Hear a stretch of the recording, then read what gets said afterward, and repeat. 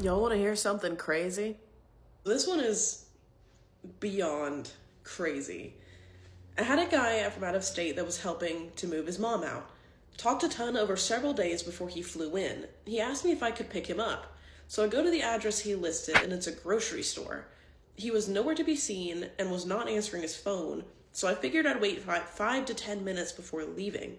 Then I see some dude that was either an eccentric millionaire or a homeless man with a deathly allergy to toothpaste. I think we've all seen those people. For the optimist, I cross my fingers and hope for the former to be the case. Yeah, you kind of hope for that. We went back to the dealership, and I already have the BMW X7 and BMW M8 that he was interested in pulled up and waiting. I ask for his driver's license, and he pulls out a wadded up temporary paper license. Well, a lot of people have a temporary license because they lost it. I wouldn't really see that as a red flag, but this man walking out from behind a grocery store with barely any teeth and no other cars in sight, but he flew in. How did he get to the grocery store? Hands in the paper license. I go to make a copy, and the manager is giving me the WTF face and tells me to just roll with it. And I hope that Monotooth has money. We do the test drives, come back, present numbers on both vehicles. He waves away the monthly payment sheet, tells me just tell him what the out-the-door cost will be for both, and he will be back the next day with a paper cashier's check.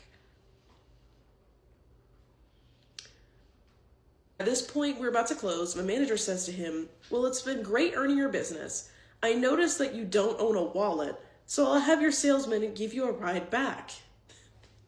If my manager did that to me, I'd be so mad. On the drive back, I ask him where he does his banking, and he just points at the bank that we happen to be passing, and he says, "That's the one." I get him back to the bus stop, and he leaves. Okay? Call him the next day, and he ghosted me. Are you surprised? Like, look me in my face. Are you surprised? Genuinely? Cut to 6 months later. I see him getting off the bus. Guess he got his finances in order. He got off the bus and he's walking to our door. I grabbed the new guy and told him I have an important appointment coming in and asked him if he wants one of my customers that just walked in. I gave him the full rundown with the guy so he isn't tying up too much of his time with him.